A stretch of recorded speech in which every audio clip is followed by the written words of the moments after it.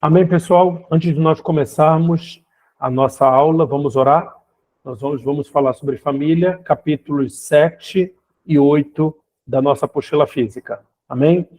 Pai, na autoridade do nome de Jesus, nós queremos agradecer pela tua bondade, agradecer pela tua graça, agradecer, Senhor, porque o Senhor nos alcançou. Não seria possível vir nada de nós, porque o arrependimento ou até mesmo o perdão não fluem de nós. Tudo vem de ti, das tuas próprias mãos recebemos, Senhor. E nós somos gratos, porque pela fé nós recebemos a graça, tivemos acesso à graça. E isso não procede de nós, procede do Espírito, procede de Deus. Então nós pedimos ao Espírito Santo que o Senhor alinhe o nosso coração a respeito dessa matéria tão poderosa que é a matéria de família, que nós consigamos compreender a profundidade daquilo que o Senhor idealizou lá no início no Éden, que nós possamos compreender que nós somos uma família original, porque estamos baseados naquilo que Cristo fez por nós, restaurando o nosso estado original, que possamos passar por esse tempo de renovação de mente e avançarmos em direção ao propósito. Em nome de Jesus. Amém. Amém? Pessoal, vamos lá. Eu estou na página 37, tudo bem? 37 da apostila, lição 7, e o tema de hoje é relacionamento com Deus e família. E quando a gente fala de relacionamento, a gente precisa falar de troca, a gente precisa falar de uma via que não é de mão única, mas é uma via de mão dupla. Porque se houver apenas a interação de uma parte, não existe relacionamento. O relacionamento sempre vai envolver troca. E foi para isso que Deus nos criou, para que nós pudéssemos nos relacionar, trocar experiências e servirmos de um instrumento de construção também na vida do outro. Quando Deus cria o homem, uma das primeiras coisas que a gente percebe nas Escrituras, lá em Gênesis, é Deus vindo todos os dias para se relacionar com o homem. Então é imprescindível que todos nós entendamos que uma vida com Deus, uma vida de relacionamento com Deus em família, é necessário relacionamento, é necessário troca. Tudo bem? Então Deus cria o homem para se relacionar, sendo que o homem precisava de alguém que lhe correspondesse na mesma medida, ou seja, que fosse parecido com ele, que tivesse o mesmo nível de inteligência, né, que pudesse compartilhar também de experiências. E o que Deus faz? Deus, percebendo que o homem estava só, ele cria a mulher. Mas algo interessante, gente, que Deus, ele não cria alguém separado do homem. Ele cria alguém do homem. Por quê? Porque Deus estava tirando do homem uma parte, que aí não era exatamente homem, como nós temos hoje com entendimento, mas era uma pessoa, né? Eu particularmente acredito que até a criação de Eva não havia gênero, porque não havia necessidade de uma genitália, ok? Quando Deus cria o homem, e aí vamos lá, gente, é uma questão de propósito, tá? A minha crença está baseada em propósito. Eu não posso afirmar que é isso, mas tudo me leva a crer que era mais ou menos dessa maneira, e eu quero te explicar o porquê. Quando Deus cria o homem, Deus cria um planeta para que esse homem seja o seu representante legal. Anteriormente, na época dos dinossauros, Deus havia um outro representante. E quem era esse representante? Lúcifer. Lúcifer que governava sobre a Terra, representando Deus, e aí os dinossauros são dessa época de Lúcifer.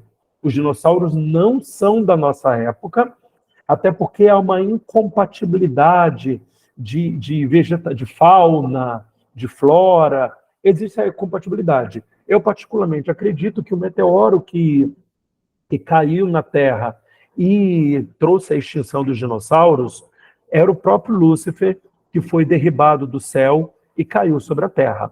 Tudo bem? E aí a ciência explica que era um meteoro, mas a Bíblia também mostra que ele foi derrubado do céu e caiu na Terra, e eu particularmente acredito nessa tese.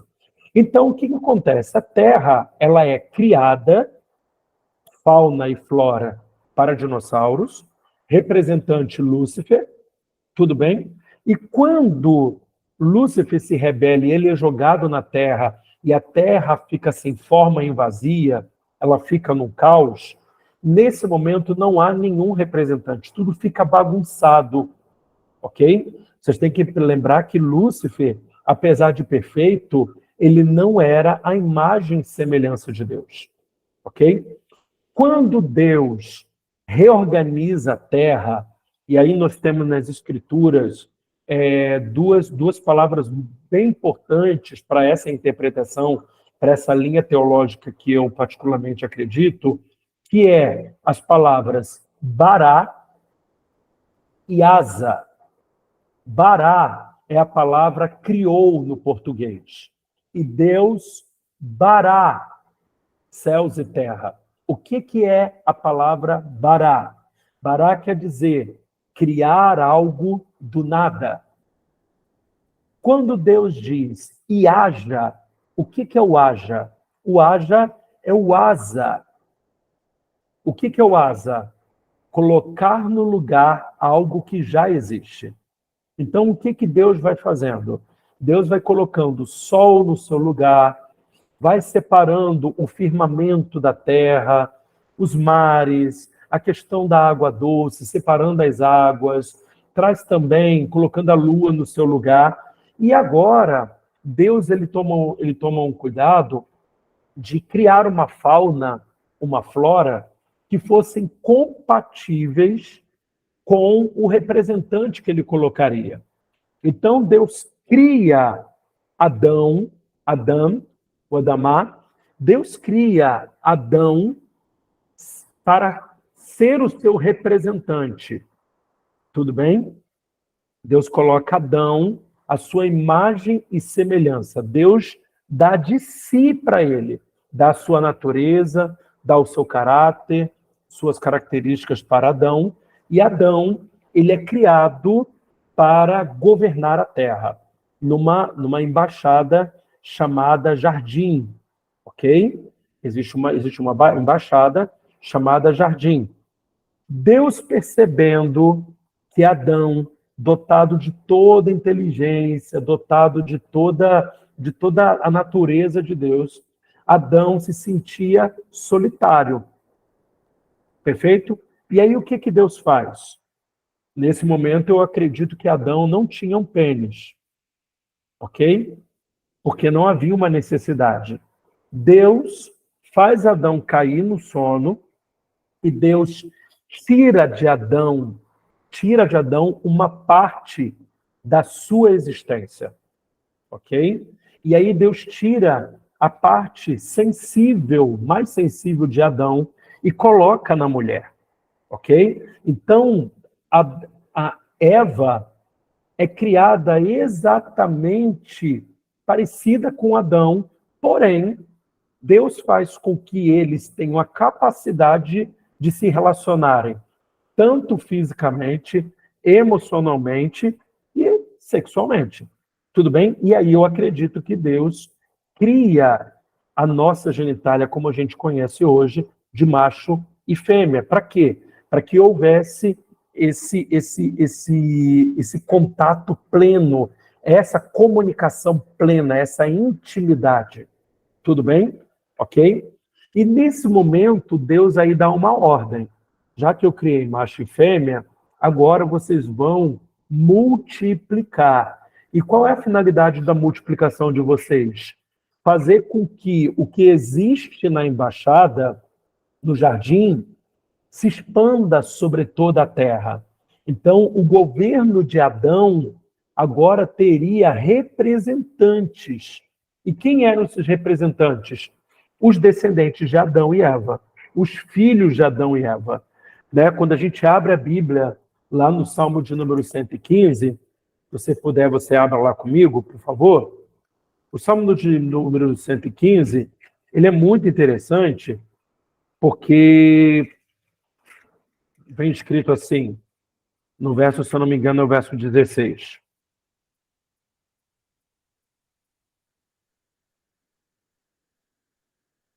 Salmo de número 115.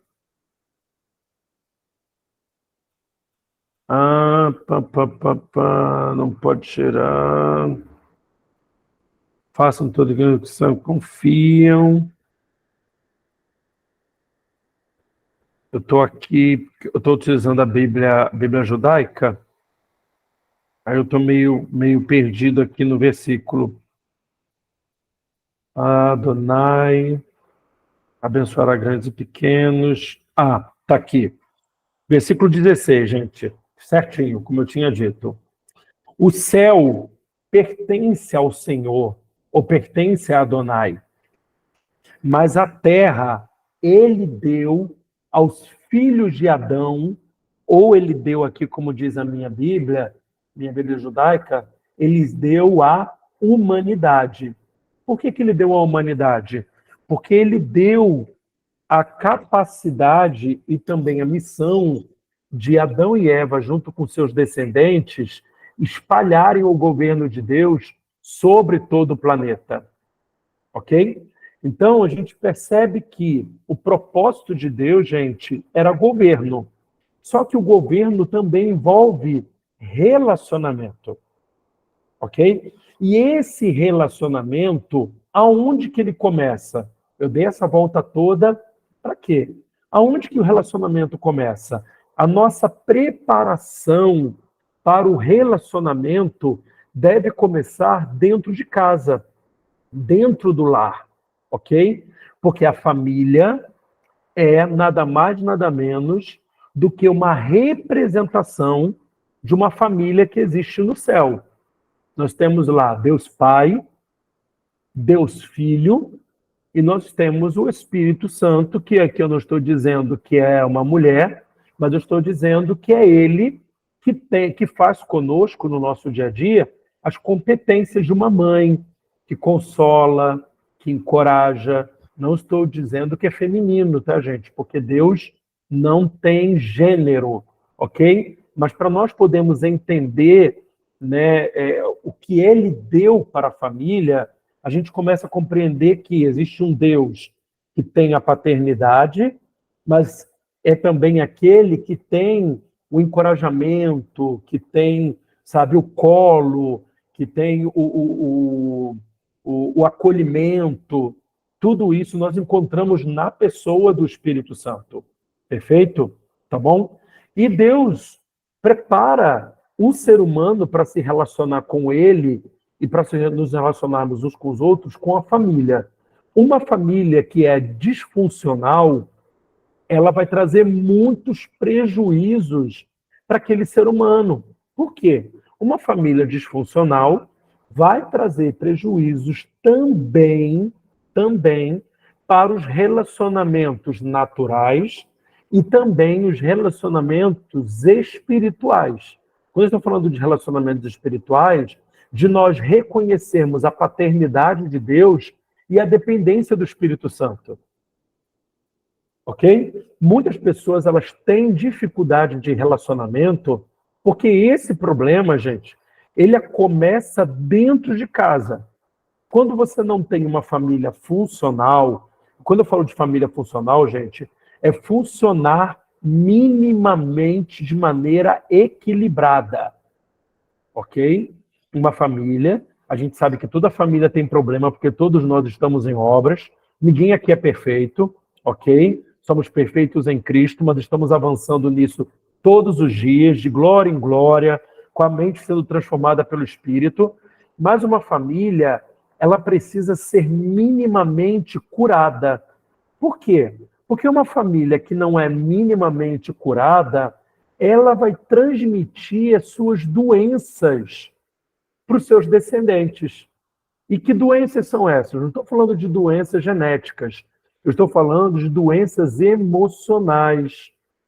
ok? Por exemplo, uma família que não consegue se relacionar bem, não é aberta a relacionamentos, vai transmitir essa debilidade de relacionamento para os filhos. E os filhos vão crescer em um ambiente onde, muitas vezes, a exclusão ou é muito fechado. Então, isso acaba trazendo uma debilidade para aquela pessoa. Por isso que é muito importante que a gente considere o seguinte: quando a gente se converte, a primeira coisa que Deus quer fazer é nos curar. E por que Deus quer nos curar? Porque a nossa cura acaba não comprometendo os nossos descendentes. Quanto mais eu resisto à cura, mais eu estou debilitando os meus filhos, mais eu estou debilitando os meus netos, porque nós precisamos compreender que a nossa ação não atinge apenas os nossos filhos. Vão atingir os nossos netos, vão atingir os discípulos que Deus nos der, vão atingir as pessoas que estão debaixo da nossa liderança, ok? Quanta gente doente está liderando. Mas aonde começou essa doença? Muitas vezes essa doença começou na família. E o problema, gente, não é ser doente. O problema é você insistir na doença. Porque todos nós temos doenças, ok? Doenças que estão sendo a cada dia extirpadas. Por isso que vocês veem quando eu estou pregando, eu sempre estou dizendo, não alimente, porque tudo que você alimenta cresce. Tudo que você declara, olha, isso que eu estou vivendo não está de acordo com as Escrituras ou não está de acordo com a palavra de Deus. Quando eu percebo isso, quando eu tenho esse discernimento e eu não alimento, o que começa a acontecer em mim? Começa um processo de transformação. O processo de transformação vai envolver confronto, convencimento do Espírito, que vai nos conduzir ao arrependimento. Ok, gente? Ninguém aqui tem a capacidade de se arrepender. Ok? Ninguém aqui tem capacidade de se arrepender. Eu vou me arrepender. Não. Você tem uma capacidade mínima de arrependimento. Mas quem produz arrependimento para salvação, libertação, transformação, é o Espírito Santo. Então, quando você está no processo de transformação, tem que dizer, Espírito Santo, produza em mim arrependimento. Porque o arrependimento, gente, é produto do convencimento do Espírito. Como é que você percebeu que precisava se render ao arrependimento? Quando o Espírito Santo te convenceu de algo, te mostrou algo, e você diz, meu Deus, eu preciso mudar. E aí vem o arrependimento. O arrependimento, quando é produzido pelo Espírito, vai produzir o nível de mudança de mentalidade, e a mudança de mentalidade muda o comportamento. Ok? Então vamos lá? Vamos aí retornar. Primeiro, convencimento do Espírito. Segundo, arrependimento. O arrependimento muda o quê? A mentalidade, aquilo que nós chamamos de metanoia, ok? Mudança, tá, gente? E isso, quando a gente fala de metanoia, a gente não está falando de uma mudança total. Nós estamos falando daquilo que vai sendo transformado de glória em glória. Então, você vai tendo, às vezes, pequenas mudanças, até que você aprenda a se render mais ao Espírito Santo, para que você tenha grandes mudanças. Tudo bem? A gente precisa compreender que Deus ele vai fazer na nossa vida na medida que nós permitimos. Tudo bem? É na medida que a gente permite. Não é na medida que a gente não, porque Deus tem que fazer. Deus não é mágico, gente. A gente sempre fala isso, repete, né? Porque a gente às vezes acha que Deus vai fazer mágica. Não. Deus vai fazer uma transformação na sua vida muito consciente, sabe? Muito consciente. Por quê? Porque o que difere Deus dos demônios, além do seu caráter, natureza, é que Deus não nos manipula. Ok? Ele não enfia a goela abaixo. ele vai trabalhando para que haja o quê? Uma consciência, né? Lembra aqui da semana passada, quando nós estávamos falando sobre a questão de você ser cheio do Espírito, às vezes você cair. E por que as pessoas ficam conscientes? Porque essa é uma das diferenças do que Deus faz e do que os demônios fazem. Deus não nos deixa alheios a nada. Você pode até não ter forças para levantar, mas você está consciente de tudo que está acontecendo. Apóstolo, eu tive uma experiência, eu me lembro de algumas coisas. Obviamente que você também tem uma coisa chamada atenção. E às vezes na sua experiência com Deus, a sua atenção vai estar direcionada para aquilo que Deus quer. E você não vai perceber tudo, mas você está consciente. Está consciente do que está acontecendo, de como foi, de como você se sentiu. Todas as suas faculdades estão envolvidas no processo. Ok, gente? Porque ser espiritual não é abrir mão do seu intelecto. Ser espiritual é submeter o seu intelecto ao espírito. Ok? Então, Deus não nos criou com intelecto para que a gente possa abrir mão. Né? Quando a gente fala assim, uma pessoa é muito racional. Gente, não tem problema nenhum em ser racional. O problema é quando o seu racional você não quer submeter ao espírito. Né? E como é que a gente submete ao espírito? Senhor, eu sou muito racional, eu gosto de entender tudo, mas eu sei que existem coisas que só o Senhor pode me explicar. Por isso eu quero consagrar meu racional a Ti, eu quero consagrar minha mente, eu quero me disponibilizar para que o Senhor faça, o Senhor me explique, o Senhor me convença. Eu não consigo compreender sem o Senhor. Então isso é muito poderoso, né? Porque ser crente não é ser uma pessoa alienada e muito menos com o racional deixado de lado. O racional, ele foi criado por Deus e ele precisa caminhar em parceria com o espiritual. Ok? Tudo bem, pessoal?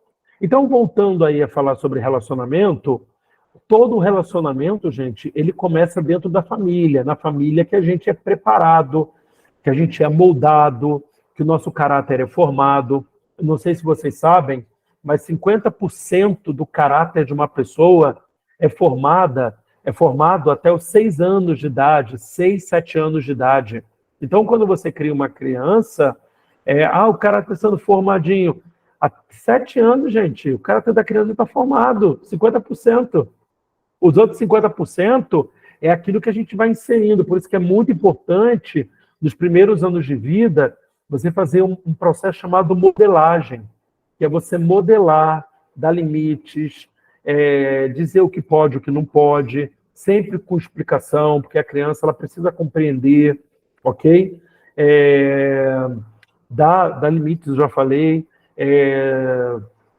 Trazer o ritmo da sua casa é muito importante. Isso até os 6 anos e, no máximo, até os 7 anos de idade. Depois, gente, é desfrutar daquilo que você construiu nos primeiros anos de idade, na primeira janela aí do conhecimento. Ok? Mas a gente precisa compreender que filho não é criado na igreja. Você pode dizer isso comigo? Filho não é criado na igreja. Ok? Por que eu digo que filho não é criado na igreja? Existe esse bordão criado no meio evangélico, que as pessoas dizem, eu não sei por que meu filho se perdeu, porque ele foi criado na igreja. Gente, filho não é criado na igreja. O filho é criado na sua casa. Tudo bem? O filho é criado na sua casa. E muitas vezes, por que o filho, né, o neto, sobrinho, enfim, as pessoas que vivem com você, elas não querem se render ao evangelho? Porque o evangelho, gente, não é uma religião. O evangelho é uma mensagem que nós carregamos no nosso estilo de vida. Então, se a mensagem que eu carrego, ela não é coerente com aquilo que o meu filho ouve pregando na igreja, ele tem uma tendência gigantesca de não querer estar na igreja por causa do meu testemunho. ok? A gente sabe que todos os nossos filhos podem, em algum momento, ter tempos de rebeldia, né? Onde eles querem uma autonomia, e isso é normal, ok? Mas eles não podem ter no discurso aquilo assim, ó, eu não estou na igreja por causa dos meus pais. Por quê, gente? Porque a criança, ela precisa enxergar em nós uma palavrinha-chave: coerência. Coerência. Vamos falar de perdão? Aonde que tem que acontecer o perdão? Dentro de casa. Vamos falar de não roubar? Onde que tem que acontecer o exemplo? Você não comprando coisas que caíram do caminhão aí no comércio, né? No comércio em geral. A gente tendo um comportamento que seja coerente. E se o filho não quiser ir para a igreja em um determinado tempo? Você tem que perguntar: por que você não quer ir para a igreja? É por causa de mim? É por causa do seu pai, da sua mãe? Por que que é? Se o filho disser: não quero ir para a igreja por causa, não vejo sentido, por causa de vocês. E isso é muito complicado. Por quê, gente? Porque a gente precisa se avaliar quanto cristão. A gente precisa falar: Senhor, aonde que eu não tive coerência? Ok? Onde eu não fui uma referência. Porque, gente, é aquilo que eu sempre falo, né? E eu estou vivendo isso. Filho não é sonho. Filho não é sonho. Tá? As pessoas ficam até meio chateadas quando dizem que filho é pesadelo. É só uma brincadeira, ok? Filho, desculpe, filho não é pesadelo, são os amores. Nós amamos, mas filho dá trabalho. Neto dá trabalho, ok? E aonde, né, que a gente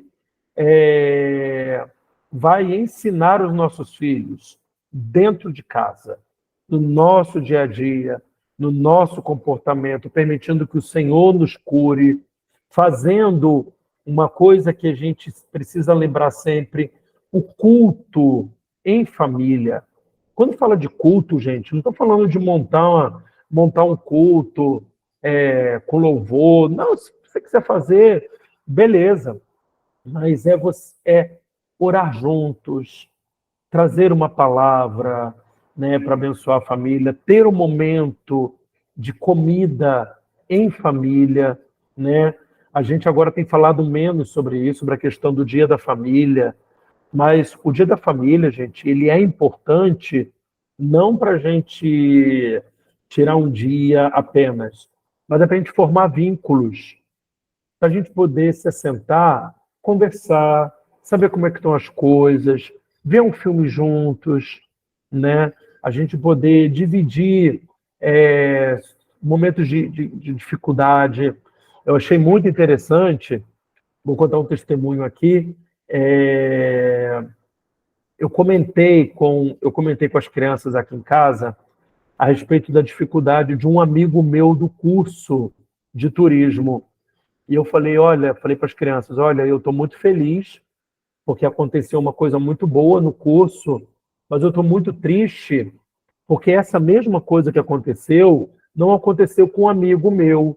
Esse amigo, ele veio de Cuba, ele está aqui no Brasil desde outubro do ano passado, fez um aninho agora, em outubro.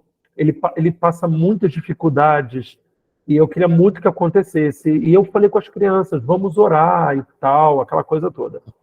Quando foi no domingo, a gente teve um almoço, né, de confraternização, um almoço de formatura, né, digamos assim.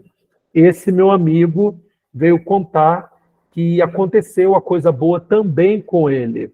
E aí o Davi estava junto.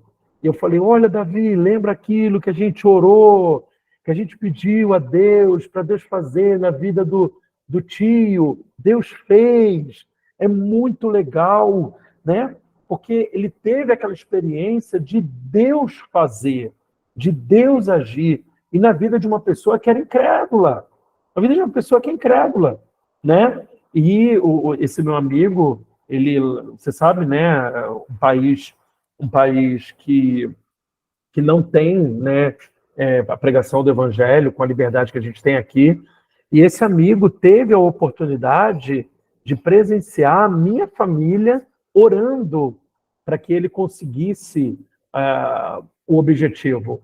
Então, gente, os momentos em família é os momentos para a gente não só compartilhar as nossas demandas familiares ou pessoais, mas para a gente compartilhar as demandas de pessoas. E é muito interessante quando a gente conta o testemunho, ok? Agora, como é que a gente faz isso? Como é que a gente vive isso? Nesse discipulado familiar, que é esse momento em família, ok? Porque, gente, discipulado não é apenas aquela forma sistematizada que a gente estabeleceu na congregação. Vou marcar um dia com você no discipulado.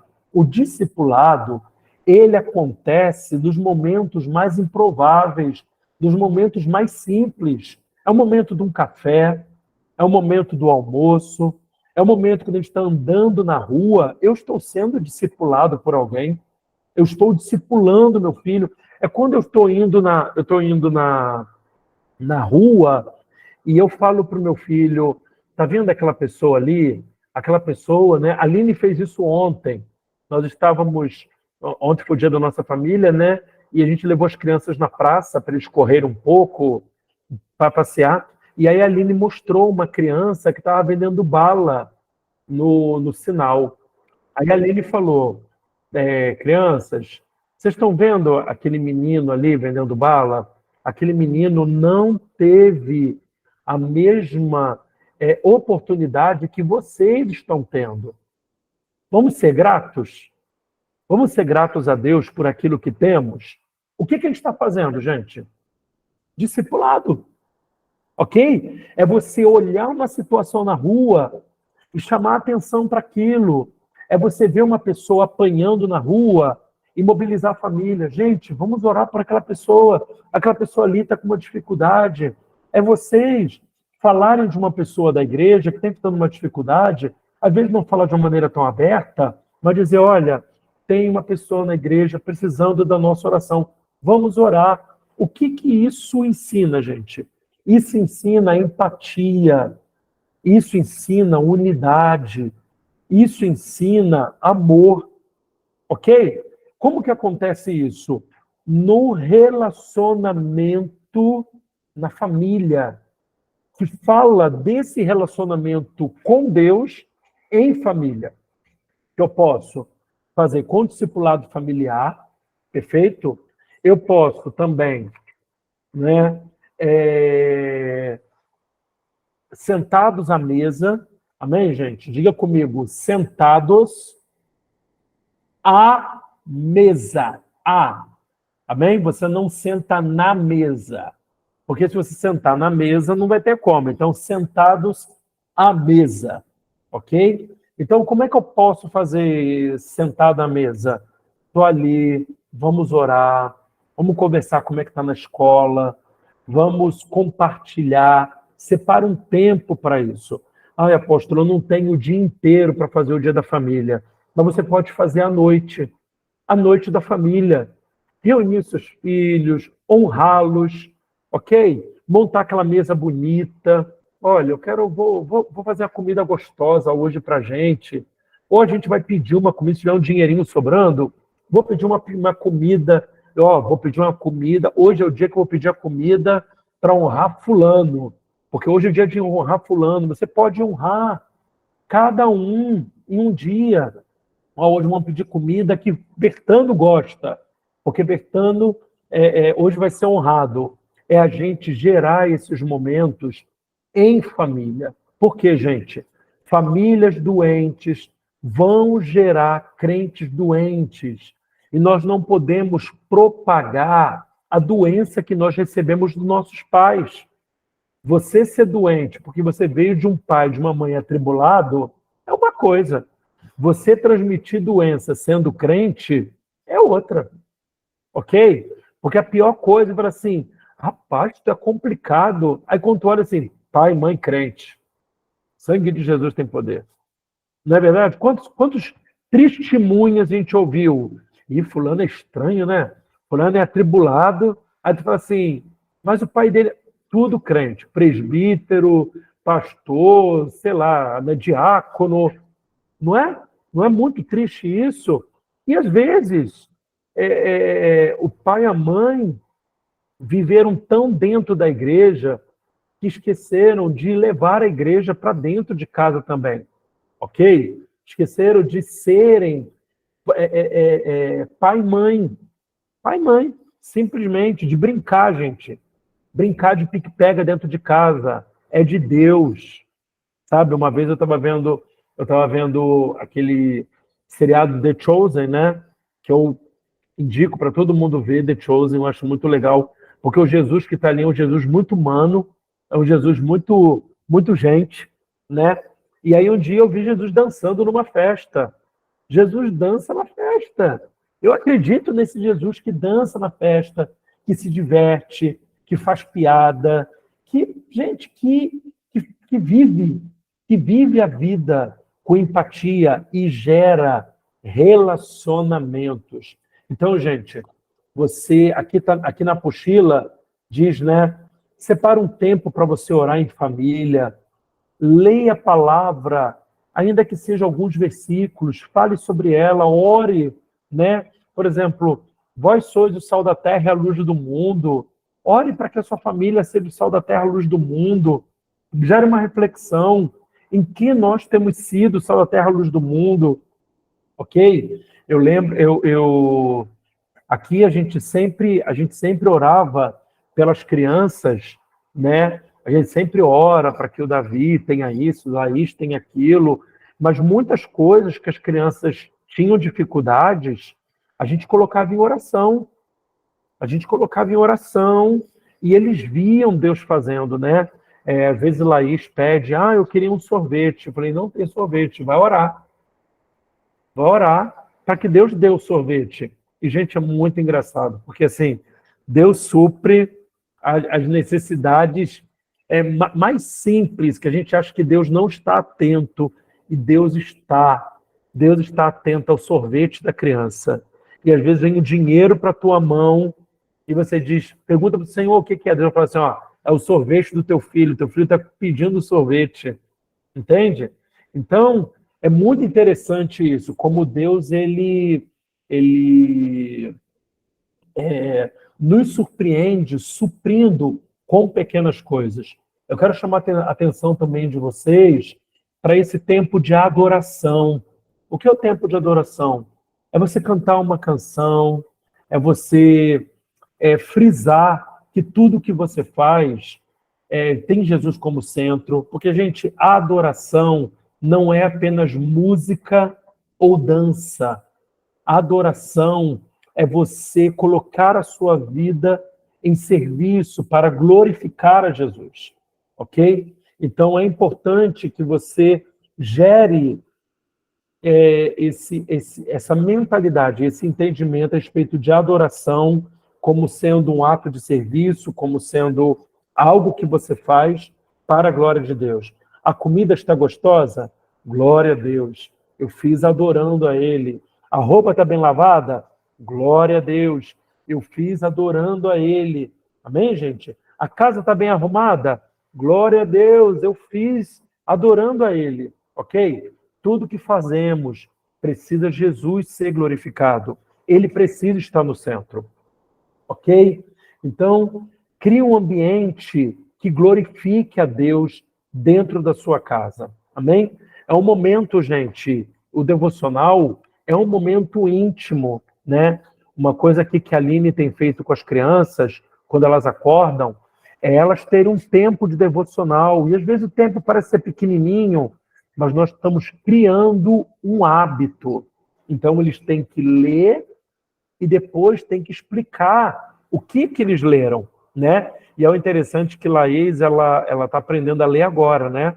E ela está juntando as palavrinhas e tal. E às vezes ela não sabe interpretar, né? Ela sabe ler, mas ela ainda é tipo o analfabeto funcional. Sabe ler e escrever, mas não sabe ainda interpretar. E aí A Aline explica para ela, ela vem, Laís, vai lá e lê. Então ela lê um pedacinho, aí é muito interessante porque ela, agora vem cá, agora me explica. E ela repete o que ela leu na história. Aí a Aline fica, mas o que que isso quer dizer? O que que isso falou ao seu coração? E aí a Aline aproveita aquela oportunidade para quê, gente? Para explicar o que ela leu. Isso está colaborando com o desenvolvimento dela na leitura, mas isso também são sementes que são liberadas também no coraçãozinho dela. Tudo bem? Agora, é importante, gente, que esse momento ele não seja um momento pesado, um momento de obrigação, ok? Às vezes a gente, como crente, a gente quer obrigar as pessoas. E eu sei que principalmente os pais, nós como os pais desejamos, queremos que nossos filhos sejam crentes, lavados, remidos, transformados. Eu sei. Mas a gente precisa ter para esse momento leve, sabe? De vamos jantar? Ah, olha, gente, eu queria agradecer a vocês por esse momento maravilhoso em família. Quero glorificar a Deus pela vida de cada um. Queria orar. E aí, gente, fazer imposição de mãos, faz imposição na cabeça do marido, da esposa, do filho, no jantar. Mas vai ser uma coisa demorada. A gente precisa fazer isso aos pouquinhos, vamos semeando 10 minutos, 15 minutinhos, ok? E aí depois a gente vai gerando aos poucos esse ambiente onde as pessoas possam ficar mais tempo. Tudo bem? Então, aqui na página 39, nós temos o colocando em prática. E o colocando em prática, ele dá algumas sugestões aqui, bem interessantes, que diz assim, ó, não tenha como obrigação fazer momentos longos demais, ok? Não obrigue ninguém a participar desse momento. Faça-o e com tempo e com frutos aparecendo, você verá sua família será atraída a participar. Atrai, né? Como, por exemplo, aqui em casa, a Laís não gostava de participar, porque demorava, né? E a gente fazia um momentinho com ela e depois a gente liberava e a gente continuava orando. Senhor, em nome de Jesus, atrai a Laís. Atrai a Laís. Hoje ela participa, né? Obviamente que ela, como criança, quer que acabe mais rápido, né? Não só ela, Davi também quer que acabe mais rápido, mas eu já falo para Davi, ó, você vai fazer 10 anos, você não pode agir como Laís, né? Então eu já vou gerando esse entendimento. E ela hoje participa muito mais, depois ela faz imposição de mãos, eu peço para que ele e ela imponham as mãos sobre mim, sobre a vida de Aline, eles fazem imposição de mãos. Doença, tem alguém aqui doente? Vai todo mundo fazer imposição de mãos. A saúde de Jesus está sobre nós. Então, gente, esses momentos são gerados de milagres aonde? Na família. Está com alguém doente? Chama. Vem cá, eu vou liberar sobre você a saúde de Jesus. Cristo te dá saúde. Vem cá, deixa eu orar por você. E a gente vai ver aí milagres acontecendo. Então, não obrigue ninguém a participar. Crie um ambiente onde todos se sintam livres para falar, para orar, para cantar, né? Um dia desse a gente cantou Vai Abalar, vai abalar, vai abalar. Quando Jesus voltar, o mundo vai abalar. E aí, Laís não querendo cantar. Só que eu continuei cantando, aí a gente começou. Aí, ó, olha o legal. Ó, é Cristo descendo, o céu se abrindo, os anjos tocando e a igreja subindo. Ela se amarrou. Aí ela começou. É Cristo descendo, o céu se abrindo, os anjos tocando e a igreja subindo. É uma igreja, é uma música de criança, mas é uma música de adoração. Ok? E a gente cantou em família. E vamos lá, vamos lá. Quando a noite fria cair sobre mim, naranã. E aí a gente começa a brincar, a correr.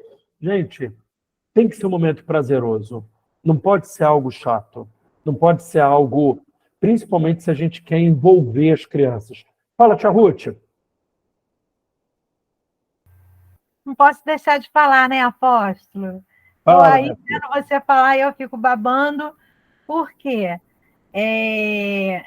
Eu tenho presenciado isso nas crianças, inclusive sábado, né, que quando teve o Arena agora, e a maioria, eu visualizei bem os rostinhos, e Davi, nossa, como ele tem, assim, sobressaído, né? E aí ele, Arthur, Belinha, Estela, esses que os pais, eu sei que tem a rotina, né? Tem essa rotina de estar fazendo a devocional, de ter um momento de oração. Então, eu fui e declarei isso na vida deles, eu falei como é que é a rotina de vocês, e, por acaso, tinha 4 ou 5 crianças, juniores, né, de 12, 13 anos, que não tinham pais evangélicos. Olha, eu presenciei um menino, ele se torcia tanto, assim, com uma emoção dentro dele, quando eu falei, estava conversando com eles, porque foi uma carta para Deus, né? O tema, somos cartas vivas de Deus. E quando Davi começou a falar um pouco da rotina dele, como é que era, né? E ele falou sobre esse momento, como é que era, que acordava, fazia isso, que orava, e aí tomava um café, e foi muito interessante. Vendo o senhor falar aí, eu estou assim, visualizando isso. E eu tenho batido muito na tecla, né, em relação a quem está dentro dele é o Espírito Santo, e onde quer que eles estejam, é ele que está dirigindo a vida deles. Que eles só têm que se submeterem a essa vontade, a essa verdade, e entrarem mesmo, né? E aí eu falei para aqueles que não eram, aí teve 5 aceitaram a Jesus, os 5 aceitaram Aleluia. a Jesus. E assim, foi muito bonito, porque eles entenderam, né? E estão começando a entender e a querer mais disso. E quando Arthur e Davi começaram a falar sobre a rotina deles com os pais, e eu acho que essas crianças não têm os pais que fazem isso, e eu falei assim, vocês têm autoridade para isso. Os pais de vocês têm que verem Jesus na vida de vocês. Se os pais de vocês não fazem, vocês comecem a fazer. Chama eles para orar, entendeu? Começa a declarar na casa de vocês quem é o dono daquele lar. E aí fui falando para eles, né, para eles estarem, mas eles estão tão assim maravilhados. No domingo até eles foram, já levaram umas 2 pessoas. Eu falei, nossa, eles estão empolgados. E assim, eu fico maravilhada de ver, não dizer assim, tia Ruth está fazendo. Não, porque eu sei que os pais que fazem isso, que estão fazendo isso, têm essa rotina, e quando eles ouvem de uma pessoa, que sou eu que estou ali, que não convivo na casa de vocês, ainda repartindo aquilo que é certo, que é verdadeiro. E aí começa o quê? Enraizar mais ainda, né? A vivência do que eles passam, né? E eles falam eles estão falando de como que Deus ouve eles. Eu acho muito bonitinho. E ele, não, eu pedi uma coisa a Deus e Deus me atendeu, e isso e aquilo. Gente, é maravilhado, maravilhada. É lindo, né? Amém. E, gente, deixa eu falar uma coisa, aproveitando a fala da tia Ruth, 2 coisas que eu queria frisar. Uma criança, quando ela não tem os seus pais crentes, a gente pode estimular a criança, como a tia Ruth está fazendo, a também a fazer o dia da família. Por exemplo, combinar com os pais, de honrar os pais, fazendo uma pipoca, fazendo um filme, as crianças orarem pelos pais, isso toca muito a vida dos pais, né? Então, esse estímulo é muito importante. Agora, uma outra coisa, gente, que eu queria também frisar, né? A tia Ruth está contando aí do testemunho do Arthur e da Bela, né? Do Davi, que participam do Arena. Mas, gente, não é fácil. Não é fácil, tá bom? Quero dizer para você que meu filho, ele não é especial. Pelo contrário, tem dia que ele não quer fazer, tá? Tem dia que ele não quer fazer. A gente que faz aquela coisa, não quer fazer não? Então, se não fizer isso, também não vai jogar. Se não fizer aquilo, também não vai. A gente faz dessa maneira, tá entendendo? Porque eu falo para eles, vocês precisam também desejar a presença de Deus. né? Se tem tempo para jogar, tem que ter tempo para aprender. Só que isso é um trabalho, gente, diário.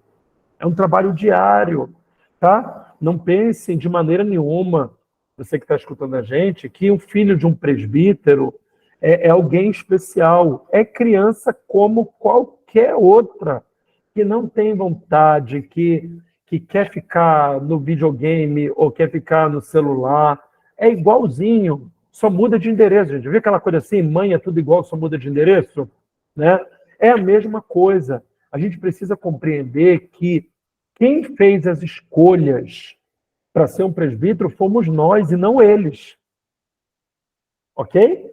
Os meus filhos não têm comprometimento nenhum. O que eles têm comprometimento é conosco como pais e nós precisamos ser coerentes. Ou melhor, sermos coerentes. Ok? Então, a gente ora, né?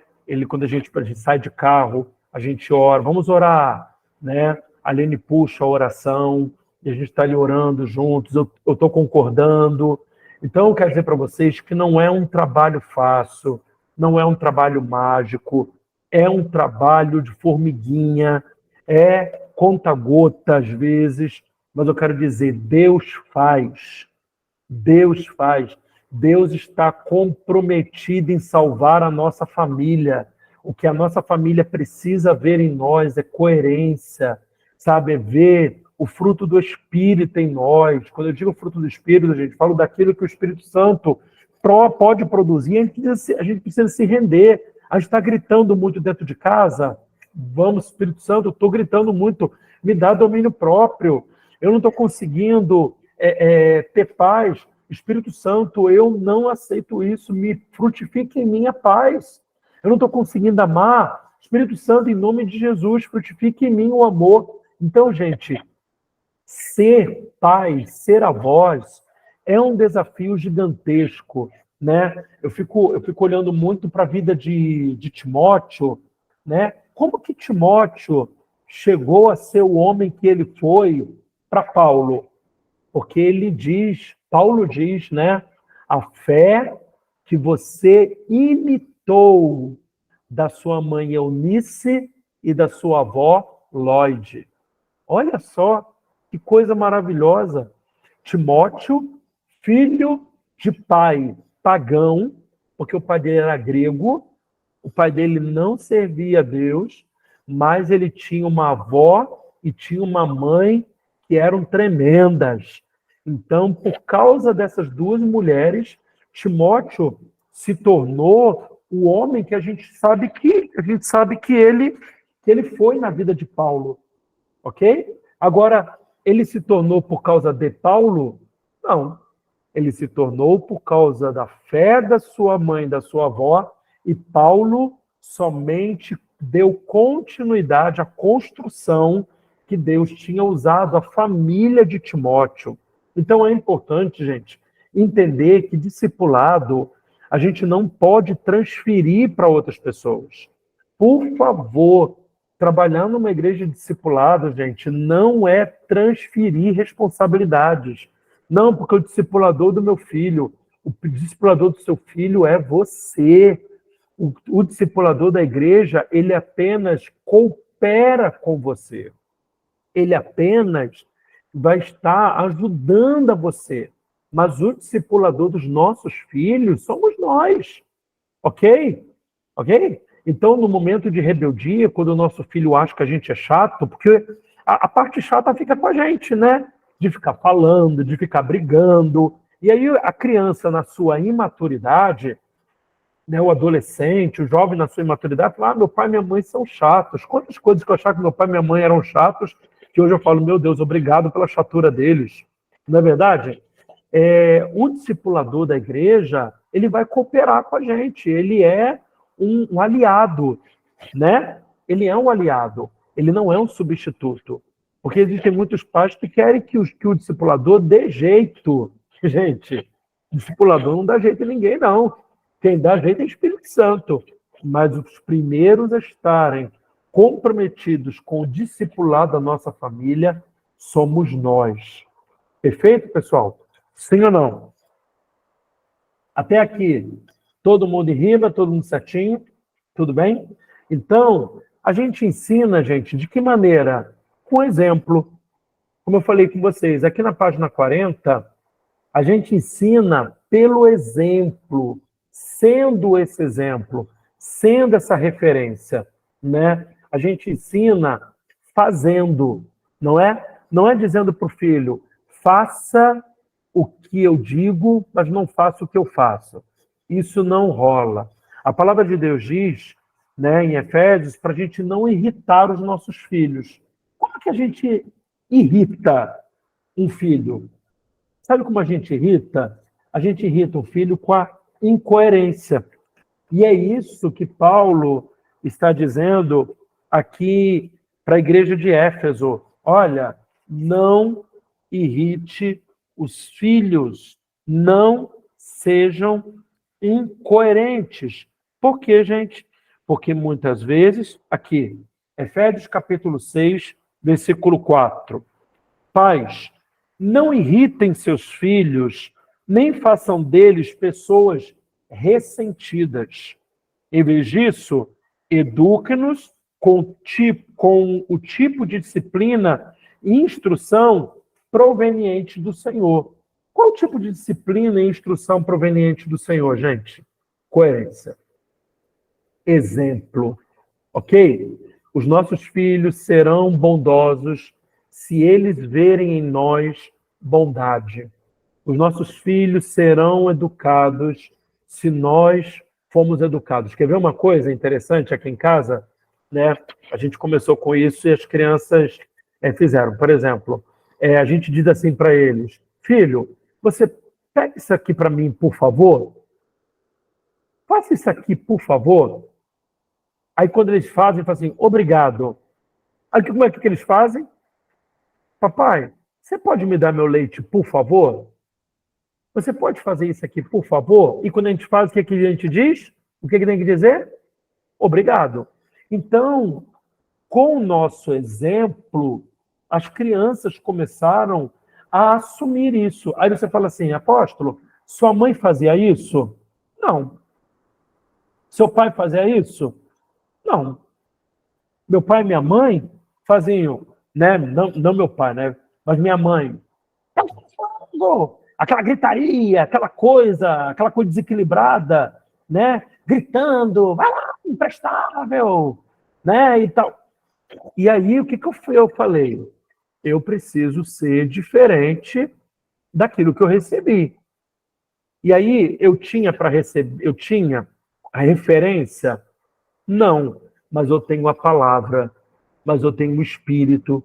Então, você precisa hoje sair desse lugar de ficar dizendo, não, mas eu tive, meu pai foi assim, minha mãe foi assim, ok, mas hoje Cristo habita dentro de você, hoje você tem o Espírito Santo para te capacitar, você não precisa ser como seus pais foram, você hoje pode ser diferente, por quê?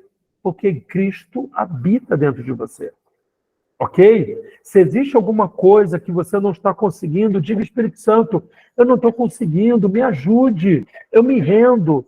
Fala comigo, Espírito Santo, a maneira como eu tenho que fazer, a maneira como eu tenho que agir. O Espírito Santo vai começar a mandar você fazer coisas pequenas. E essas coisas pequenas vão gerar uma transformação na sua família. Por quê?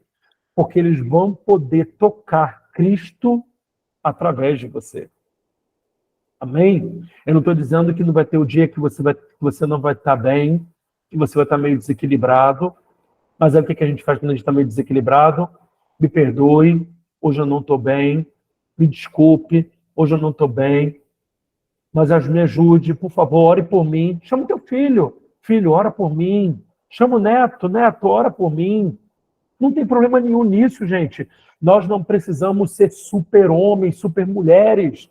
Nós precisamos ser pessoas humildes e mansas de coração. Minha oração nessa noite é para que você seja humilde e manso. A minha oração nessa noite é para que você entenda que Cristo quer se manifestar através de você, mas Ele quer primeiramente transformar a sua vida. Ele quer, primeiramente, fazer com que você se renda. Para quê? Para que a sua família possa dizer: Cristo vive no meu pai, na minha mãe. Cristo vive no meu avô, na minha avó. Amém? Então a gente precisa compreender isso, gente, que vida em família é relacionamento. Eles vão saber das nossas debilidades. Eles vão saber das nossas chaturas. Mas eles precisam ver em nós humildade, mansidão e coerência. Para quê? Para que eles possam seguir os nossos exemplos. Quando errar, a gente não tem problema de pedir perdão. Quando a gente acertar, a gente não tem problema de glorificar a Deus, né? De dizer: olha, filho, foi Deus que fez. A gente sempre faz questão de fazer isso, né? Quando a gente recebe algum dinheiro, né, alguém abençoa a gente, aí a gente, para fazer uma coisa com as crianças, a gente fala assim: sabe por que vocês estão fazendo isso?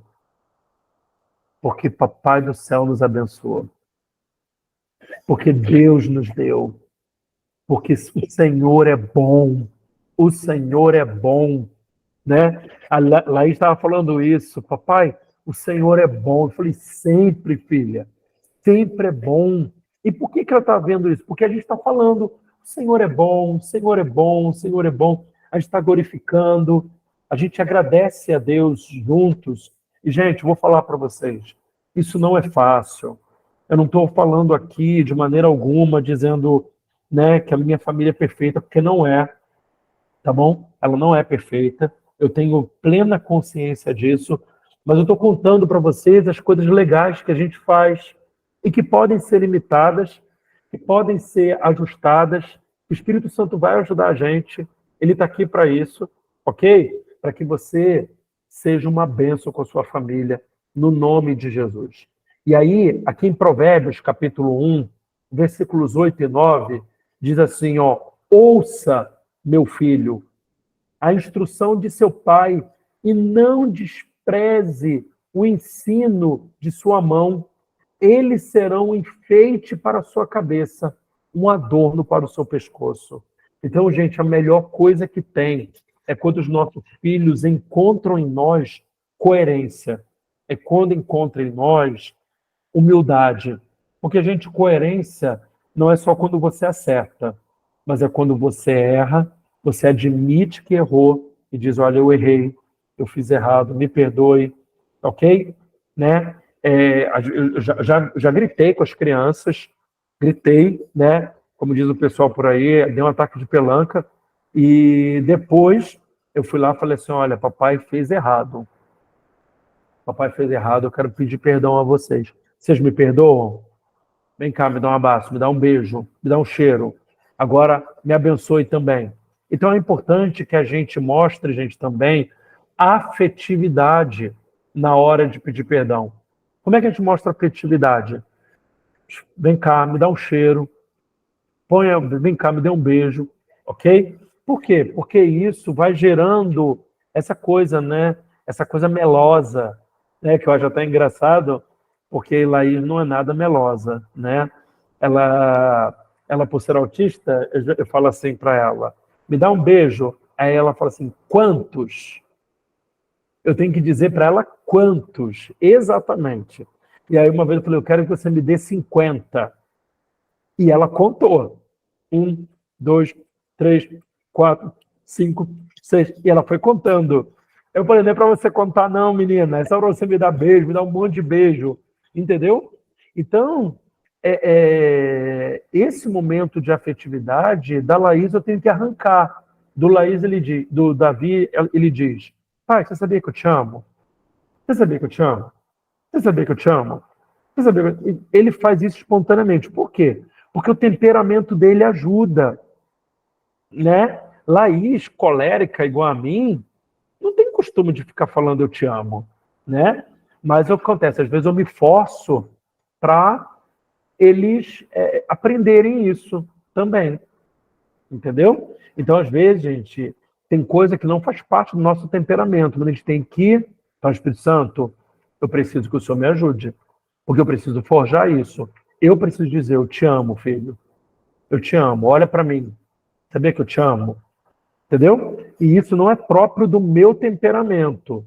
Então tem coisas que não é próprio do seu temperamento, mas você tem que parar de justificar as suas questões por causa do seu temperamento. Não, porque não é do meu temperamento. Ok, mas os temperamentos, eles precisam ser o quê, gente? Ajustados. E ajustados ao quem? Ao Espírito. Então Jesus nos chama para sermos pessoas equilibradas. Tem coisa que a gente vai ter facilidade para fazer e tem coisa que a gente vai ter que pedir ao Espírito Santo. Espírito Santo, me ajuda, porque eu estou com dificuldade. Eu estou com dificuldade para fazer, porque não é próprio de mim. Mas o Senhor vai me dar a graça. O Senhor vai me ajudar. Amém, gente? Amém? Então, a gente está aqui, ó, passando. E qual é o papel? Página 42. Qual é o papel e a importância da família no reino?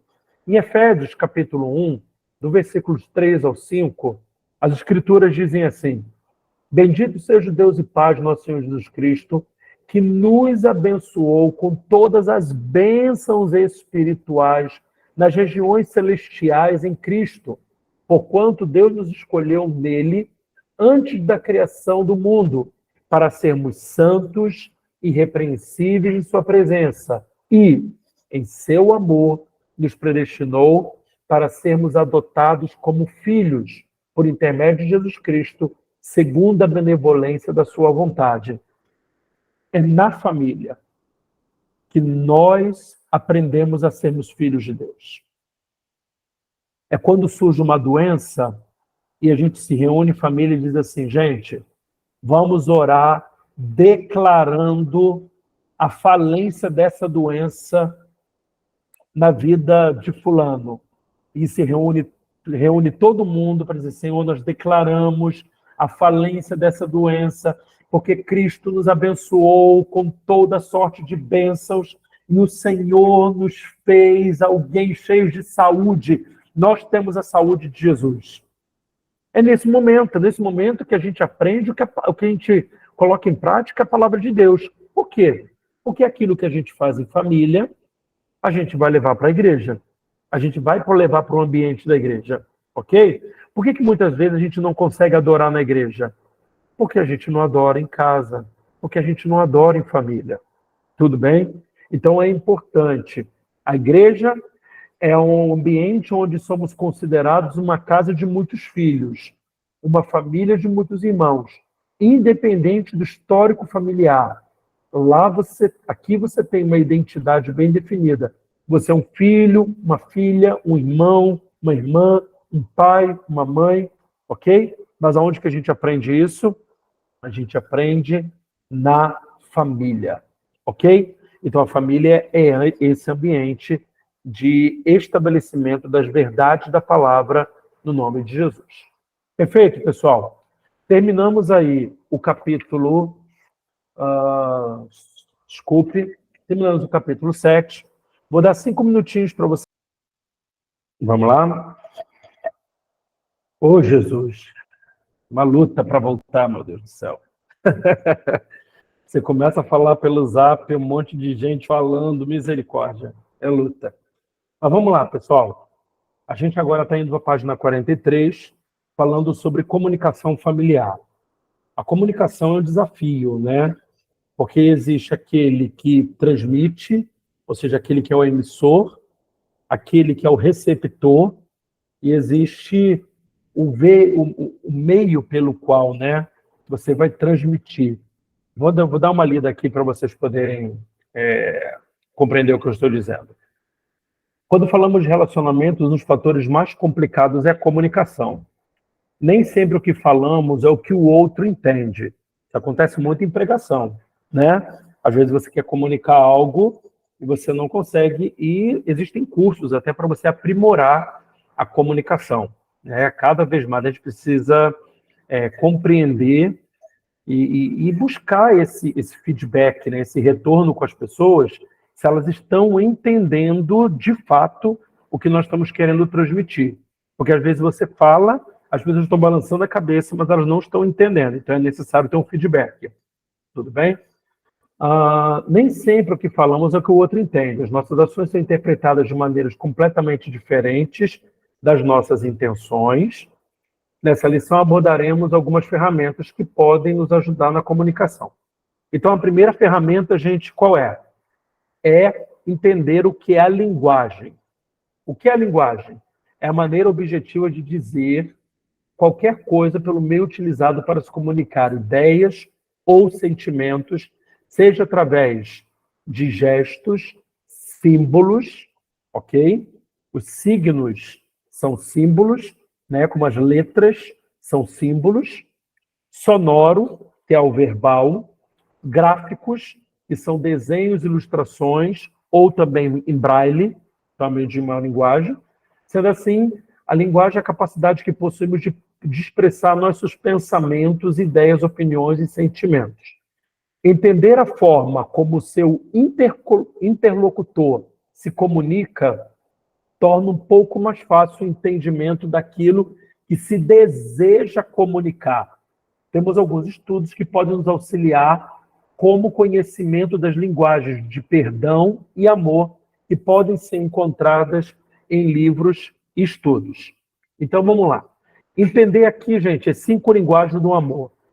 Já passou por uma experiência em que fez algo bom para agradar um familiar e a pessoa não reconheceu o seu gesto?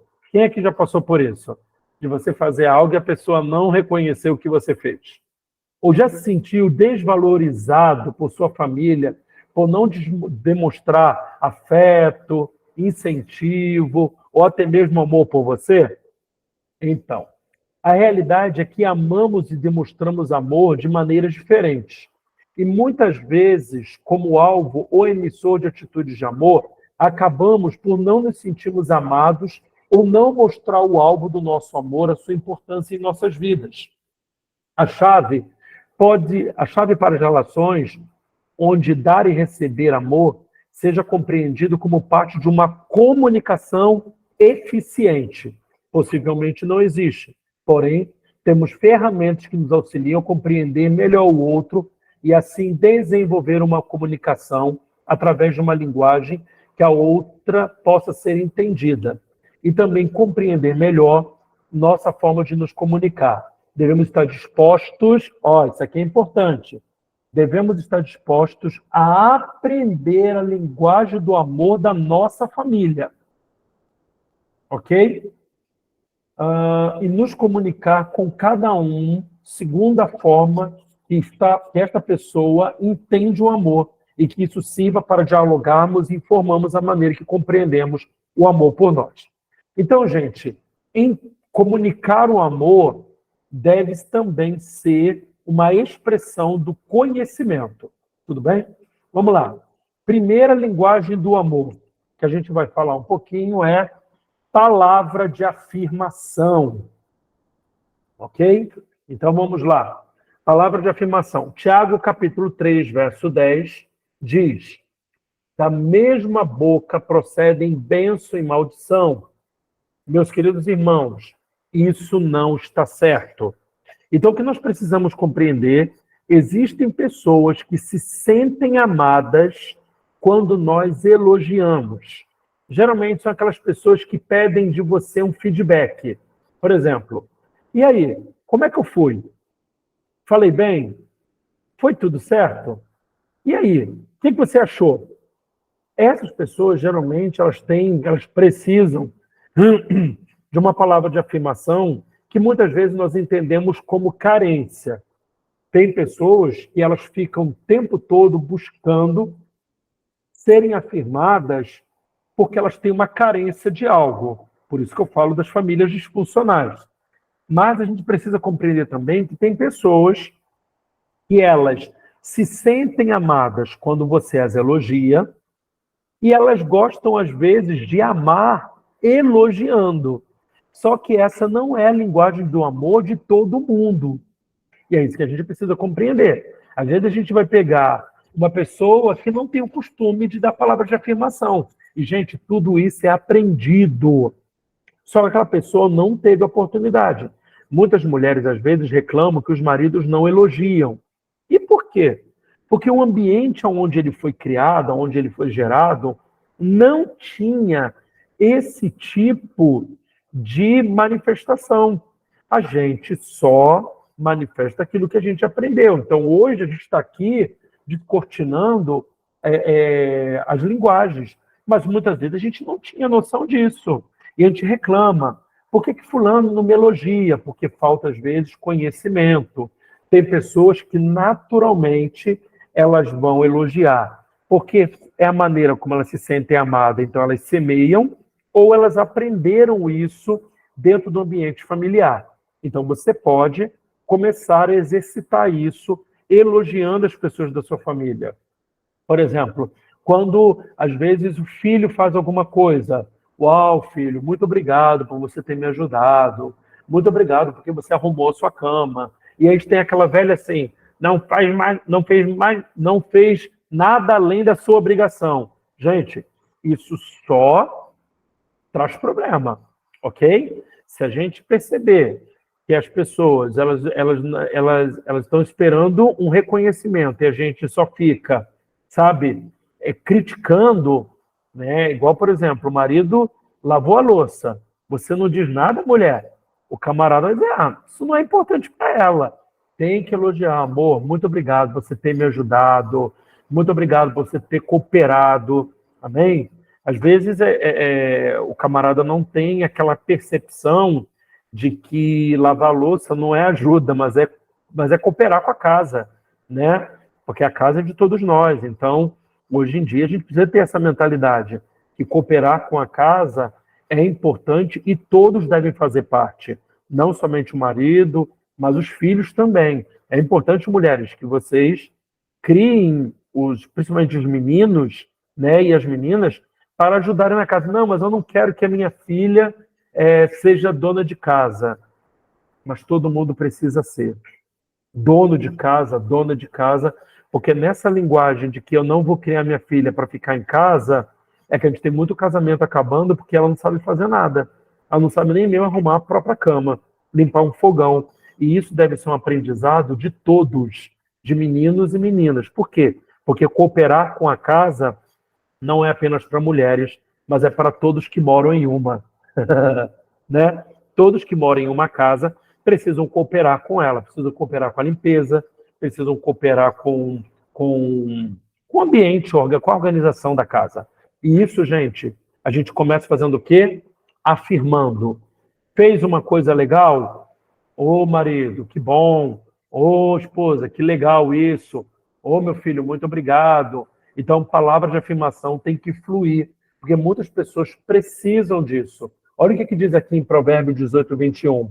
A língua tem um poder sobre a vida e sobre a morte. E morte aqui, gente, não está falando de morte física, mas a gente mata algumas coisas na nossa família com a língua. Uma língua muito afiada. E eu quero dizer o seguinte, às vezes quando a gente tem a língua muito afiada, a gente precisa ser humilde. Para fazer o quê? Se a gente percebeu que a gente feriu a pessoa, olha, me perdoe, não foi essa a intenção, me ajuda. Quando eu te ferir, me ajuda nisso, porque às vezes a gente foi criado num ambiente assim, né? Então, às vezes é difícil. Eu falo isso muito para a Laís, né? Porque a Laís fala, às vezes, aqui dá na cabeça dela, eu falo, filha, não pode falar isso pode entristecer as pessoas. Gente, isso é ensinado, porque às vezes a gente não tem muito filtro, e a gente vai falando aquilo que dá na cabeça, e a gente não pode ser assim, ok? A gente precisa entender que a pessoa que a gente está se comunicando não veio da nossa família. Então, ela não foi criada no ambiente que a gente foi criado. Mas as pessoas precisam de deixar de mimimi. Entendo. Mas, às vezes, o mimimi, gente, vem de uma construção familiar. E aí, o que você faz? Você precisa ser cuidadoso ao falar. A gente precisa aprender isso. Ok? Então, diz aqui, ó. E os que usam habilmente serão recompensados. Então, a gente precisa aprender a utilizar a nossa língua com habilidade. Então, gente, palavra de afirmação. Como é que a gente faz isso? Palavras encorajadoras, né? Palavras bondosas, palavras de humildade. Então, tudo isso vai gerando essa palavra de afirmação. Tudo bem? Tempo de qualidade. Tempo de qualidade são pessoas que valorizam o passar o tempo juntos, ver um filme juntos, bater um bate-papo. Só que muitas vezes não é a linguagem do outro. E você precisa parar de criar uma expectativa sem falar para o outro, ok? Ah, eu me frustrei porque eu esperava. Beleza, mas vamos lá, gente. Vamos lá. Nós fomos criados em ambientes familiares diferentes. Então, quando você se casa, você precisa ajustar essa linguagem. Então, você precisa comunicar para o seu cônjuge: eu gosto de palavra de afirmação. Eu gosto de tempo de qualidade. Ninguém é adivinho, principalmente se nós não tivermos esse tipo de ensino. Então, gente, tempo de qualidade, como é que é demonstrado? Quando você passa tempo com a pessoa, você precisa comunicar isso a ela. Olha, eu gosto de passar tempo juntos. Você pode dedicar um tempo a mim? Mas aí você precisa não somente pedir que dedique tempo a você, mas você também precisa semear. Então, gente, lembra que relacionamento é uma via de mão dupla? É você exigindo, mas você também dando, ok? E conversando quando a pessoa não tiver, dando aquilo que você também está semeando. Então, tempo de qualidade é dedicar qualidade de tempo. Não é só dedicar tempo, ok? Porque não adianta você estar com uma pessoa que ela está o tempo todo no celular. Ela está de corpo presente, mas ela não está te dando atenção. Então, tempo de qualidade, a gente também fala de atenção, ok? Não significa olhar olho nos olhos um do outro o tempo todo, mas quer dizer fazer coisas juntos e conceder atenção total a quem está conosco. Tudo bem, gente? Então, não é só ficar olho no olho, mas é também fazer coisas juntas, passear no Parque de Madureira, você ver um filme juntos, ok? E é uma coisa barata, pega o 918, desce lá, tudo certo. Beleza? Ah, pô, mas a volta. Olha, gente, 40 minutos dentro do ônibus podendo conversar. Olha que maravilha. Né? Agora, tem uma outra linguagem do amor que é presente. Que são as pessoas que gostam de receber presentes, mas que também gostam de presentear. Ok? Então, gente, receber presente não é um presente caro. A pessoa está comunicando que ela gosta de ser lembrada. Então, às vezes, você vai dar para ela um potinho. Ah, você lembrou de mim e tal. Ela se sente amada dessa maneira. Então, receber presentes ou somente presente é o ato de presentear, está inserido nas diversas culturas e representa, muitas vezes, o pensamento daquela pessoa para o qual o presente foi comprado. Então, quando você lembra da pessoa comprando sempre presente, você está amando aquela pessoa. Tem que perceber, uma pessoa que gosta muito de dar presente, muitas vezes ela gosta de receber presente, ok? Então você tem que perguntar, você gosta de receber presente? Amém? Eu acho que os namorados tinham que dar menos beijo na boca e conversar mais. Porque quando o caso é tanta expectativa frustrada, porque a pessoa pensa tanta coisa, mas por quê? Porque deu muito beijo na boca. E depois, quando o caso, não dá beijo na boca. Mas por que não dá beijo na boca? É exatamente porque agora tem que conversar o que deveria ter conversado antes. Mas enfim, né? A gente precisa ensinar isso também. Vamos lá. Servir. Servir, gente. Ó, atos de serviço. O que é o ato de serviço? É aquela pessoa que ama varrendo a casa. É aquela pessoa que ama indo para você no mercado. Tudo bem? Então, a gente precisa entender que, muitas vezes, uma forma de demonstrar amor também é servindo. E a Bíblia diz isso, né, em Marcos capítulo 10, verso 45, parte B. Porque nem mesmo o Filho do Homem veio para ser servido, mas servir. Então, nós precisamos compreender que pessoas vão amar servindo. Sabe aquela pessoa que está sempre de olho numa necessidade? Copo d'água. Ela vai lá e vai buscar um copo d'água para você. O que ela está fazendo? Ela está te amando, servindo. Eu conheço pessoas que são assim, né? Tem a pessoa do toque físico. O que é a pessoa do toque físico? Ó, cafuné, carinho, né? Toda hora está fazendo um carinho em você. O que essa pessoa ela gosta, gente? Ela gosta de amar com toque físico. Geralmente os coléricos não são de toque físico. Os coléricos são de quê? Os coléricos são de serviço. Palavra de afirmação também não é, mas é uma coisa que a gente precisa aprender. Por quê? Porque a gente às vezes casa com uma pessoa que gosta de toque físico, né? Que gosta de um carinho, ó, que gosta de andar de mãos dadas. A gente precisa estar atento à necessidade do outro, principalmente os coléricos. Ó, estou batendo aí nos coléricos porque eu sou colérico, tá, gente?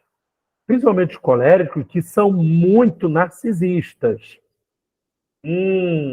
Ok. Por quê?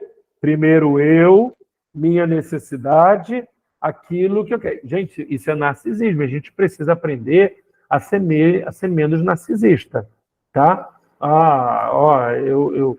Primeiro sou eu, primeiro é aquilo que eu gosto de fazer.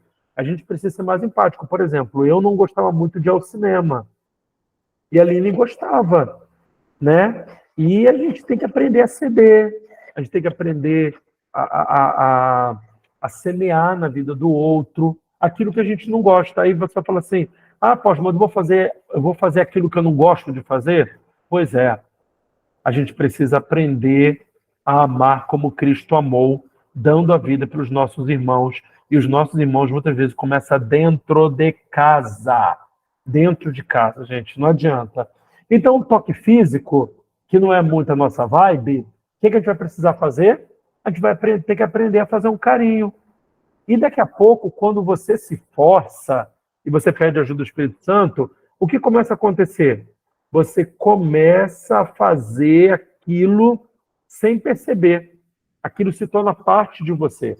Tudo bem? Então, gente, toque físico é muito importante se a pessoa que você é casado ou seu filho, né? Por exemplo, Davi é tempo de qualidade.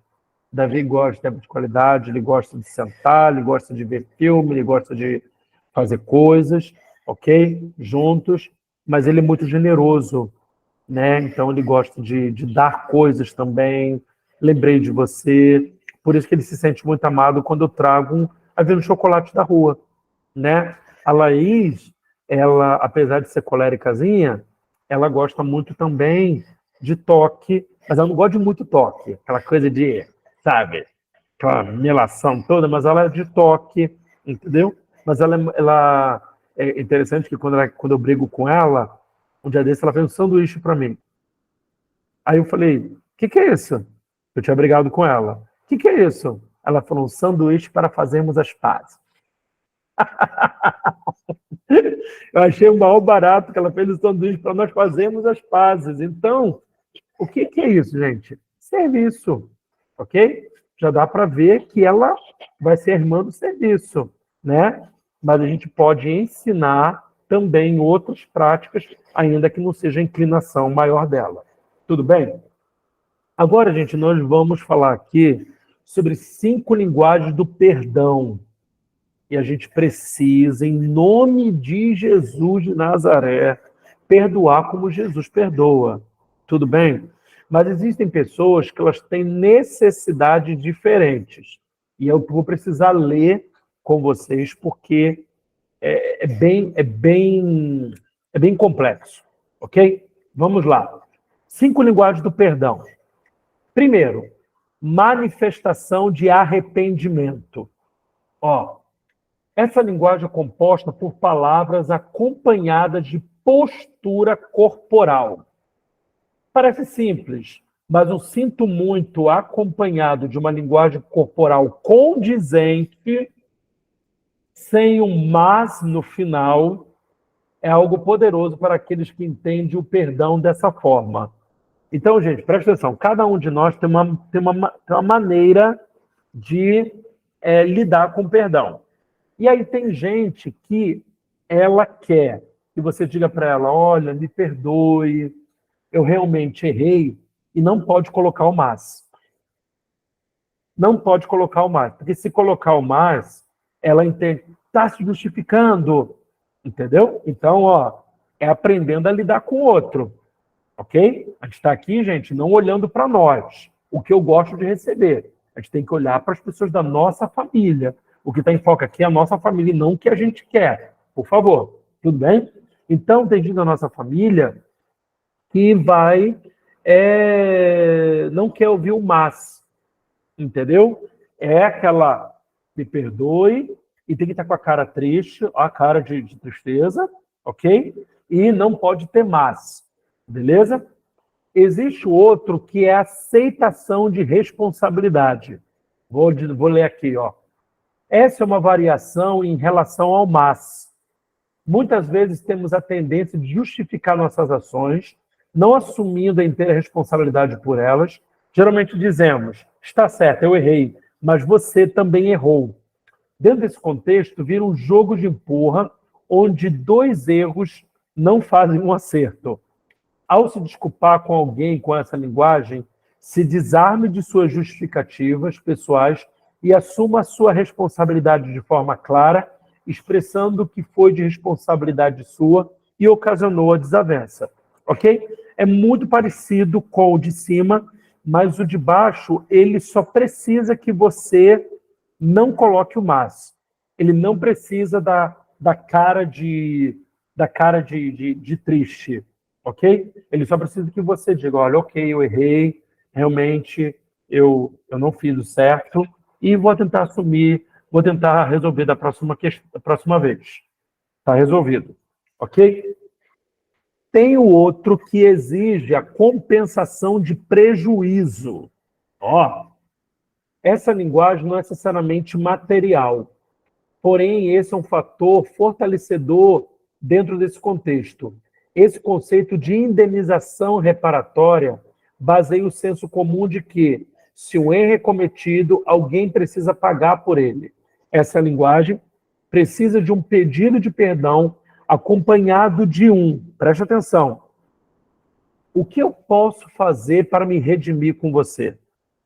O que eu posso fazer para reparar esse erro?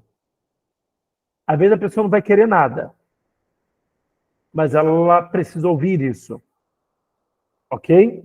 Então, muitas vezes, você está numa situação com um discípulo teu, e a pessoa está ali relutante, e aí, quando você diz assim, ó, tá bom, eu errei, me desculpe, o que eu posso fazer para reparar esse erro? É uma chave, tudo bem?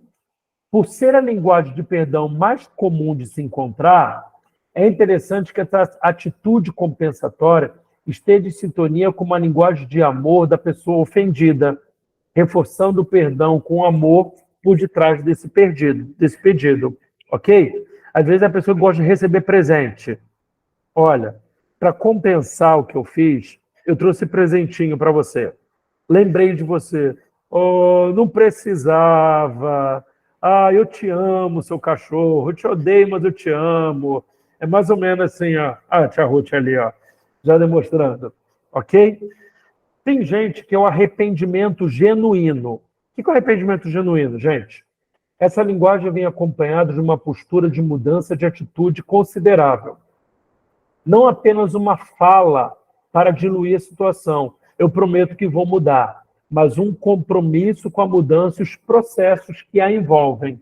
É aquela pessoa que fala assim, ó, quero que você me perdoe porque eu fiz isso, e eu me comprometo que a partir de hoje eu vou fazer isso, isso e isso.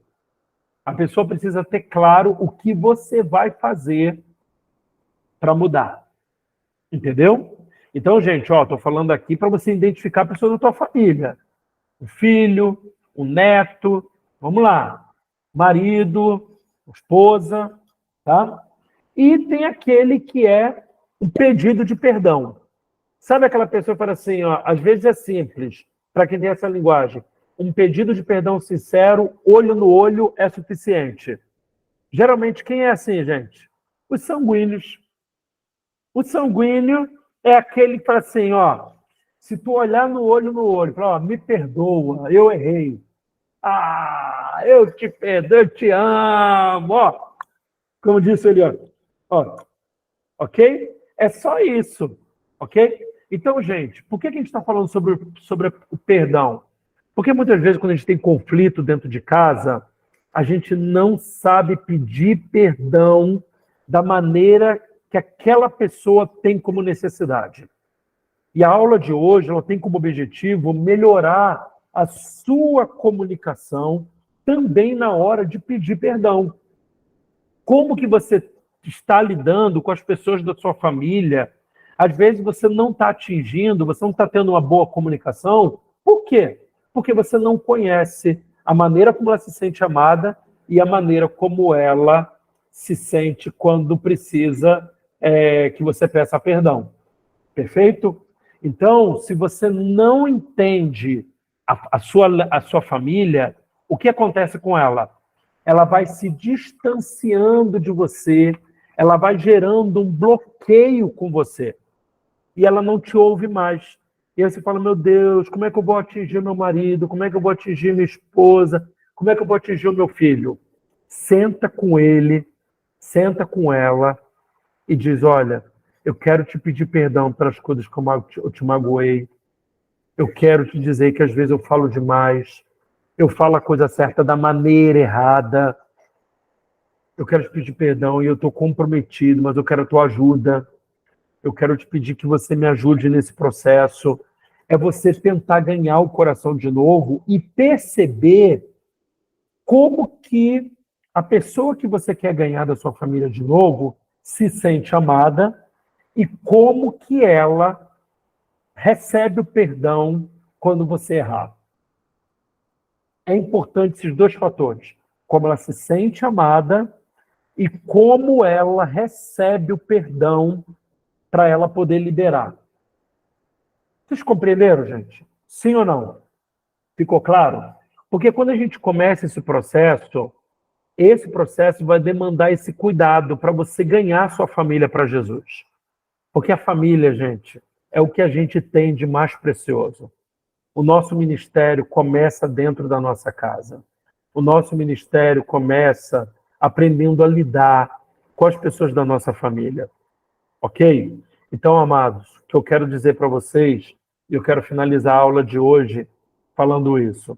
A sua família é o seu ministério principal. Descubra o que a sua família gosta. Descubra o que a sua família tem como necessidade para se sentir amado e também para se sentir perdoado.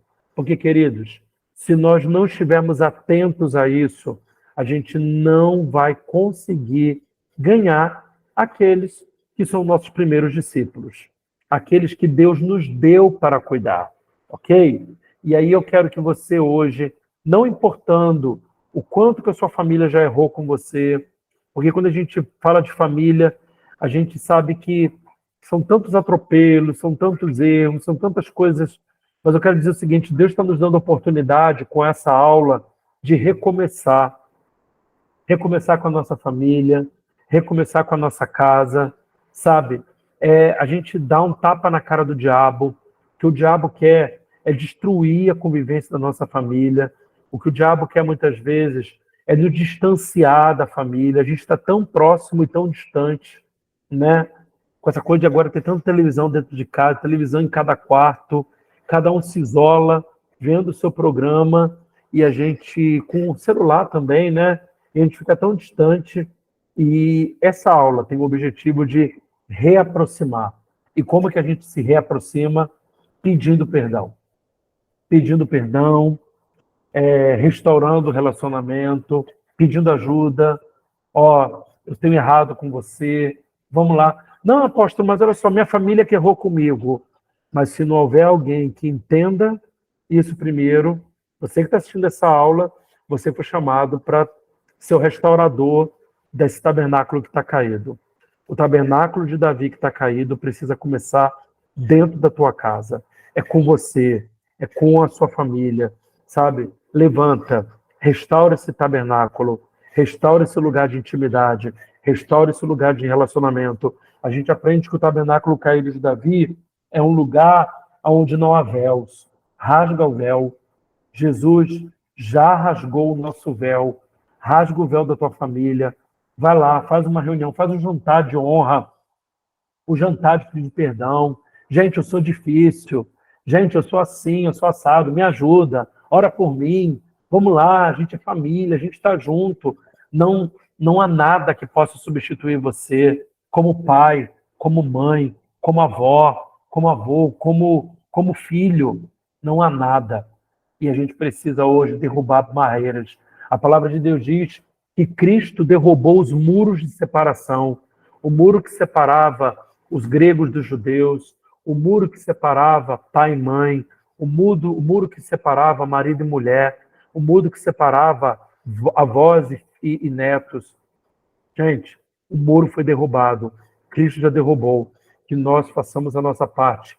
Derrubemos os muros que o diabo levantou e que nós estamos sustentando com o nosso orgulho e com nossa falta de humildade. Amém? Amém, pessoal? Então, eu quero orar por vocês. Não esqueça de colocar o seu precioso nome aqui no chat, ok? Coloque o seu nome. Eu vou orar por você, porque eu creio que essa aula, ela não foi uma aula natural, ela foi uma aula sobrenatural, porque eu creio que o Espírito Santo está trabalhando no coração de cada um. Eu não consigo ver todo mundo, porque aqui não mostra o rostinho de todo mundo, né? Mas eu tenho a certeza que o Espírito Santo tocou o seu coração, o Espírito Santo está trabalhando no seu coração nesse momento, ele está te lembrando de situações que você precisa pedir perdão, que você precisa reparar. Gente, somos uma família de muitos filhos, todos semelhantes a Jesus. E essa família precisa começar dentro da nossa casa, para que depois se estenda na nossa família ministerial, no nome de Jesus. Amém? Vamos orar? Pai, nós queremos agradecer, porque o muro de separação foi derrubado. E, Senhor, todos nós, de alguma forma, fomos atingidos por famílias disfuncionais, por situações na nossa criação que nos separaram tanto do ideal, mas nós estamos clamando agora que o Senhor nos ajude e nos aproxime cada vez mais à semelhança do Senhor. Ajuda-nos, Espírito Santo. Cada um aqui se identificou com alguma coisa, cada um aqui, sabe, pôde olhar para algo e dizer, cara, eu estou assim. E, Senhor, ajuda-nos. Nós não conseguimos sozinhos. Nós precisamos de Ti. Dá-nos coragem para pedir perdão para nossa família. Dá-nos ousadia para dar o primeiro passo. Ainda que ninguém faça, que sejamos nós os primeiros. O Senhor, quando quis levantar um povo, quando o Senhor estabeleceu a aliança, a primeira... Ah, meu Deus do céu, agora me faltou a palavra. A dispensação abrâmica. O Senhor levantou Abraão. E Abraão, ele era sozinho, Senhor. Sozinho. E aí veio Sara, os filhos, e Abraão começou a impactar, a influenciar a vida de muitas pessoas. Que nós sejamos esse que nos levantemos, porque temos o Espírito, e possamos fazer muito mais do que Abraão fez, porque nós temos o Espírito dentro, a natureza de Deus, no nome de Jesus. Amém. Amém, pessoal? Que vocês sejam ousados em fazer mais, sabe por quê? Porque todos do Antigo Testamento, da Antiga Aliança, todos fizeram pela fé, mas eles não tinham o Espírito. Eu e você temos o Espírito dentro, temos a natureza de Deus e somos capazes de fazer e transformar, a começar pela nossa família. Que Deus te abençoe, em nome de Jesus. Amém? Não esqueça de colocar o seu nome, você está liberado. Deus te abençoe. Graças e paz, pessoal.